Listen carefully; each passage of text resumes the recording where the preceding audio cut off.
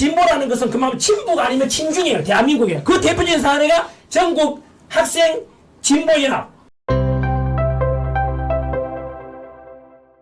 네, 우리 교수님 제가 죄송한데 아까 기독교 구구 논쟁 나와서 네. 제가 우리 기독교인들이 천만 아닙니까? 네. 이럴 때 이제 분별력을 갖출 수 있도록 책 하나 추천드리자면은 해주세요. 국가가 하나님을 잊을 때라는 책이 있어요. 오, 우리나라 이제 그거 우리나라 책인가요? 네, 우리나라 번역돼서 국가가 나왔는데 하나님을 나치 치하에서 이제 어떤 일이 있었는가. 그거 네. 독일 책 아니었어요? 미국이에요?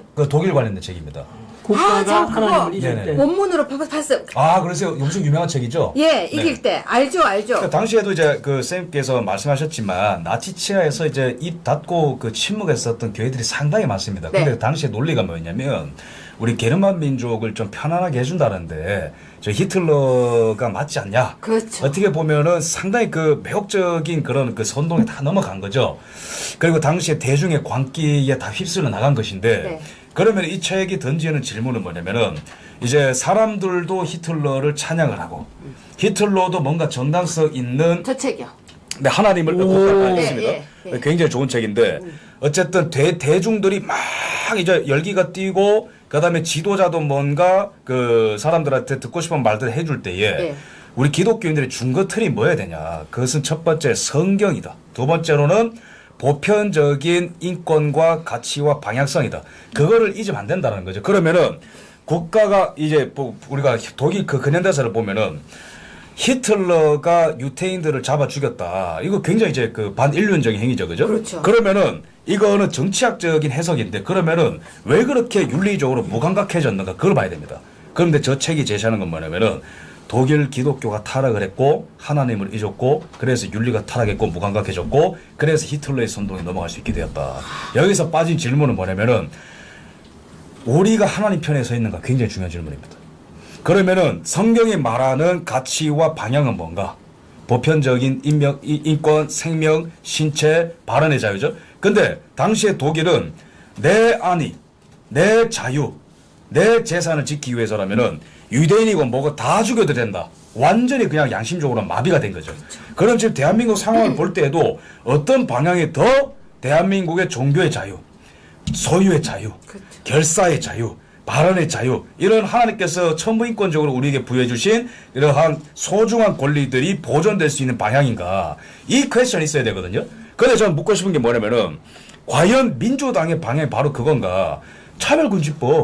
차별금지법은요 목사님들의 설교에 대해서 제약을 거는 엄청나게 무시무시한 법이에요. 차별금지법 안에는요 네. 동성애 찬성이 들어있어요. 이거 하면은 재갈 물린다는 거거든요. 그러니까 동성애 이야기를 거기다가 집어넣어가지고 이재명 모세 차별금지법 찬성한다고 버젓이 과거 발언 있습니다. 동성애자들을 공무원들 쿼터제로 등용했다고 발언한 게 이재명이에요. 그러니까요. 소유 25만 원 뿌리겠다. 그거는 남의 거 뺏겠다라는 거. 뺏어서 개돼지로 길들이겠다는 거고 일하지 않은 자 먹지도 말라. 성경은 게으름을 죄로 여깁니다.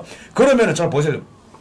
설교에 대한 예배에 대한 제약을 거는 법안을 추진하는 정당과 그 당대표 그 다음에 카카오톡 메시지를 들여다보고 발언을 제약하는 이러한 정당 그 다음에 뭡니까 동성애를 찬성하고 그 다음에 중국 공산당은 인권 말살국가 아닙니까 이런 정당과 이런 국가와 놀아나는 민주당과 당대표는 당연히 하나님 반대편에 있는 겁니다. 그러면은 제가 묻고 싶습니다.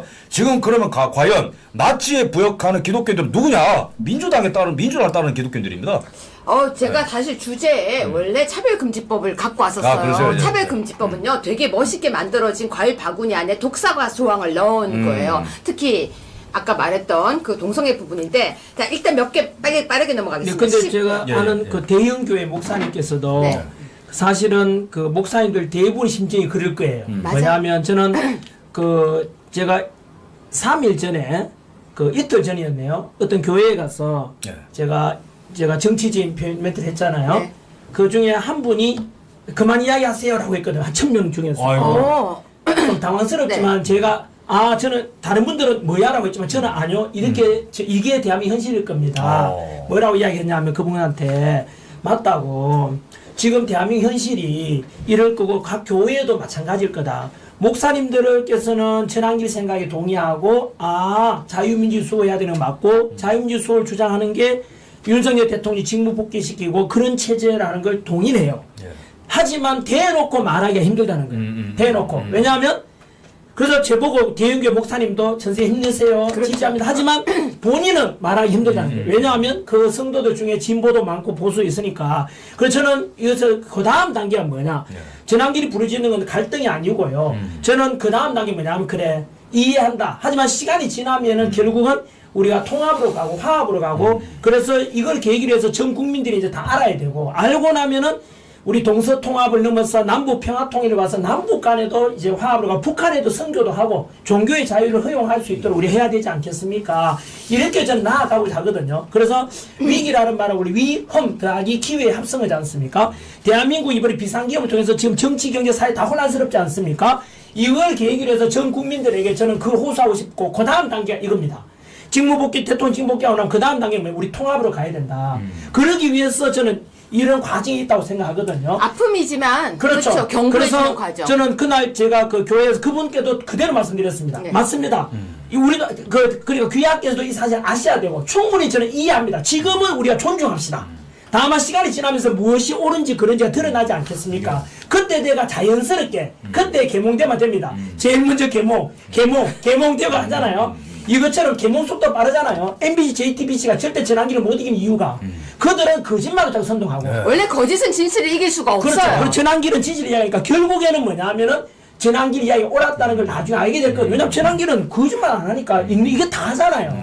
숨겼던 사람들은 드러날 게 있지만 그래서 결국에는 대한민국이 다 계몽되고 그래서 민주당도 결국 바뀔 거라고 생각해요. 왜? 지금처럼 민주당의 모습은 민주가 없잖아요. 독재고 협박하고 막 그러잖아요. 이거는 과거 민주화운동 했던 사람들에게도 등 돌리게 만들기 때문에 지금은 그러니까 이재명을 중심으로 한 약간 조폭조직처럼 사조직처럼 이렇게 충성파만 남아있지 않습니까? 네. 국민은 안중이 없고 그래서 결국에는 어떻게 될 거냐면 이게 영원할 수가 없습니다. 그래서 결국은 민주당에서 이제 결국 깨닫게 되고 그 안에서도 나중에 국민들까지 다 알게 돼가지고 결국에는 대한민국에 지금 민주당의 모습은 진보다 저 극히 극소수로 전락할 거고 그 다음에 이런 보수 이쪽이 메인이 될 거라 생각하거든요. 그리고 또 그라운드 씨가 며칠 전에 했던 멘트 중에 그런 게 있었어요.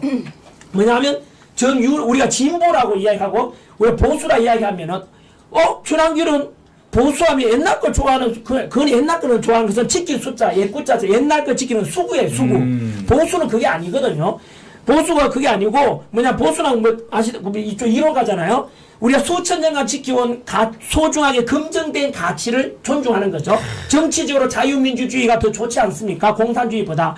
경제적으로 사회주의 체제보다는 자유시장 경제가 더 좋지 않습니까? 노사 간에도 갈등 대립이 아니라 서로 존중하고 남녀 간에도 마찬가지로 페미 이거 진보라 하지만 그게 결국 갈등이잖아요. 그게 아니라 남녀는 서로 도와야 되고 화합해야 되고 가정이라는 가치가 존중되고 종교의 가치 또는 우리 자유 이런 걸 존중 이런 게 보수예요. 그러면 스스로 나는 진보라고 생각했던 분들에게 단호히 묻고 싶어요. 우리 대한민국의 진보는 뭐냐면 말씀하셨죠? 대한민국의 진보는 친북 아니면 친중이에요. 그리고 유럽을 보라 선진국에 보면은 진보가 메인스트림 주류가 되어 있는 당이 하나라도 있느냐고. 이번 독일도 하나도 없죠. 그래 진보 쪽은 하나도 사정으로 없고. 가고 있어요. 근데 완벽하게 좌파에 패배했거든요. 네네, 이번에 그게 바로 바꿨어요. 뭐냐면은 지금까지 대한민국 나는 진보라고 했던 사람들 나는 중도라고 했던 사람들에게 묻고 싶어요. 뭐냐면은 지금까지 보수에 대한 개념을 잘못 이해했을 가능성이 크다는 거예요. 그래서 실제로 진보라는 것은 그만큼 친북 아니면 친중이에요. 대한민국에. 그 대표적인 사례가 전국 학생 진보연합. 대진연이 그 상징이잖아요. 대학 이름은 진보연합이라 했지만 실제적으로 종북, 친중 이런 거잖아요. 그러면 앞으로 이걸 진실 알고 나면 함부로 진보란 말 하기 힘들 거예요. 왜냐하면 진보는 그냥 흔히 동성애도 허용하자 이래가지고 결국 혼란을 조장하는 게 진보의 특징이에요. 그래서 저는 여러분들 저 스스로도 그렇고 저는 다만 그냥 중도 보수 이런 말만 하거든요. 실제로 선택의 순간에 중도는 없습니다 원래. 중도는 없어요. 고속도로에서 중간은 사고 나요. 네, 그래서 저는 단호하게 그래서 이게 한 번 더 말씀드리지만 자유민주주의가 수호하자. 경제적으로 자유시장 경제, 기업가 정신을 존중하자. 노사 간에는 대립이 아니라 화합이고 남녀 간에도 대립 갈등 이런 게 아니라 서로 도와야 되는 존재다. 가정이라는 가치가 소중하지 않냐. 종교의 자유가 허용되고 개인의 자유함이 넘치는 이런 게 바로 보수예요. 그럼 선택하셔야 되죠. 무엇이 당신은 진보를 선택합니다. 보수는 이거 알고 나면은 진보로 갈 수가 없고 한 번 더 말씀드리면 유럽이나 선진국에 진보 세력이 주류가 되는 것은 하나도 없습니다. 왜 그럴까 생각해 보면은 인류 문명사가 지나 보니까 우리가 과거에 진보라는 것은 발전이라고 등식이라고 생각했는데 그게 아니라는 뜻이 검증돼 버린. 그 보수가 결국은 매일이 될 수밖에 없고 그래서 아까 말씀드린 대로 지금 1단계 윤석열 대통령 직무 복귀시키고 1단계 그 자유민주주의 지키고 2단계는 이제 뭐냐면 이 보수가 중심이 되어서 이 나라를 건전하게 2030 세대들이 마음껏 자유함을 누리고 도전할 수 있는 이런 세상을 만들어주는 것이 우리 기성세대의 역할이고 대한민국의 방향이 아닐까라고 저는 생각하는 거죠. 맞습니다. 그래서